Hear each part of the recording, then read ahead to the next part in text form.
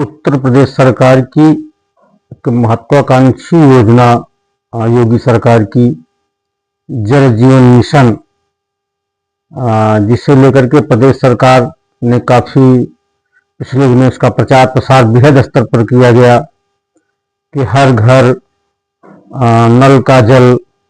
लेकिन अब यह योजना या परियोजना कह लीजिए बहुत बड़े विवादों के घेरे में आ चुकी है। पूरे प्रदेश या विशेषकर मैं प्रतापगढ़ जनपद की बात करूं तो प्रतापगढ़ जनपद में ही इस परियोजना में इतना गोलमाल हुआ है कि शायद अभी तक कहीं भी कोई भी पानी की टंकी पूर्ण रूप से चालू नहीं हो सकी है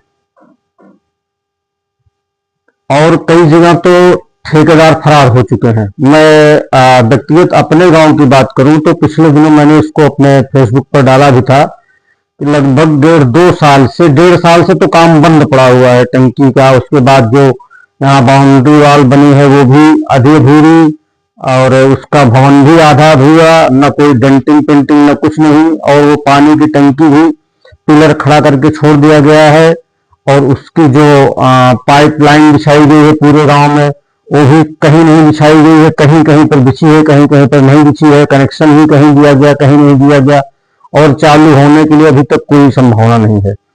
ये मेरे गांव की ही नहीं बल्कि मैं पूरे जनपद की बात करूं, कई जगह मैं कई गांव में गया, बगल के गांव में अमरई है और कहीं कहीं गांव में तो चालू ही नहीं हो सकती है। किसी भी गांव में लगभग मैंने 20-10 गांव का दौरा किया, बगल में पड़वा नसीरपुर गांव सभा है, किसी भी गांव में पानी की टंकी आज तक एक भी टंकी चालू नहीं हो सकी है। अगर इसके बृहद स्तर पर जांच की जाए पता चलेगा कि ये इस योजना की वजह से प्रदेश सरकार की एक महत्वाकांक्षी परियोजना कह लीजिए कि इस परियोजना की वजह से इसमें गोलमाल होने की वजह से जहां योगी सरकार की साख को बहुत बड़ा बट्टा लग रहा है और इसमें इस कदर भ्रष्टाचार हुआ है कि ठेकेदार गायब है, जिम्मेदार फोन उठाने को तैयार नहीं है और बात करिए तो उसका कोई उत्तर नहीं मिलता है। काम कब चालू होगा कोई संतोषजनक उत्तर नहीं है। कुल मिलाकर के प्रदेश सरकार को एक बहुत बड़े स्तर पर फेलियर का सामना करना पड़ रहा है पानी की टंकी की परियोजना से। हर घर नल का जल या जल जीवन मिशन अब तक ये टोटल हवाई साबित हुआ है।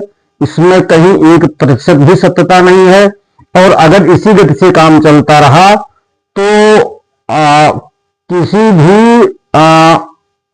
मुझे तो लगता है कि 2-3 वर्षों के बाद भी शायद कोई पानी की टंकी 4 वर्षों में भी शायद चालू हो सके।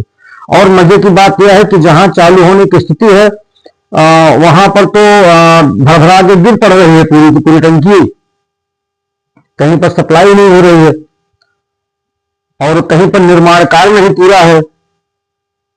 90% जगहों पर तो निर्माण कार्य ही नहीं पूरा हुआ है। मैं बात करूं जो है बगल में ग्राम सभा अमरई है, मैं विकासखंड गौरा की बात कर रहा हूँ, जनपद प्रतापगढ़ के विकासखंड गौरा की बात कर रहा हूँ। यहाँ पर पिछले 6-7 वर्षों से मैं देख रहा हूँ उसका शिलान्यास हुआ, फिर बोरिंग हुई, फिर निर्माण कार्य, लेकिन अभी तक वही जहां पर था वहीं पर ठप पड़ा हुआ है। पिछले दिनों मैंने एक बात की तो मैंने डाला तो एक महोदय जी बताने लगे उसके ठेकेदार या तथाकथित थे क्या थे कि कंपनियों को काम दे दिया है, कंपनियां जो है ठेकेदारों का शोषण कर रही हैं और रेट कम दे रहे हैं इसलिए ठेकेदार काम नहीं कर पा रहा है। कुल मिलाकर कहने का मतलब कौन दोषी कौन नहीं, लेकिन कुल मिलाकर के ये बट्टा प्रदेश सरकार को, प्रदेश सरकार की साख पर ये बट्टा लग रहा है और कहीं न कहीं प्रदेश सरकार की बहुत बड़ी बदनामी इस परियोजना की वजह से हो रही है। और सबसे ज्यादा चर्चा में और अभी देखा जाए तो प्रदेश सरकार का सबसे बड़ा घोटाला साबित हो सकता है ये जल जीवन मिशन। अगर कायदे से जांच करा ली जाए तो कई लोग जांच के दायरे में आएंगे और ये सबसे बड़ा घोटाला साबित होगा। ये महत्वाकांक्षी परियोजना घोटालों की भेंट चढ़ चुकी है, पूरी तरीके से फेल हो चुकी है और इसमें 1% भी कामयाबी नहीं है, 1% भी सरकार सफल नहीं है, इसको मैं दावे के साथ कह सकता हूं।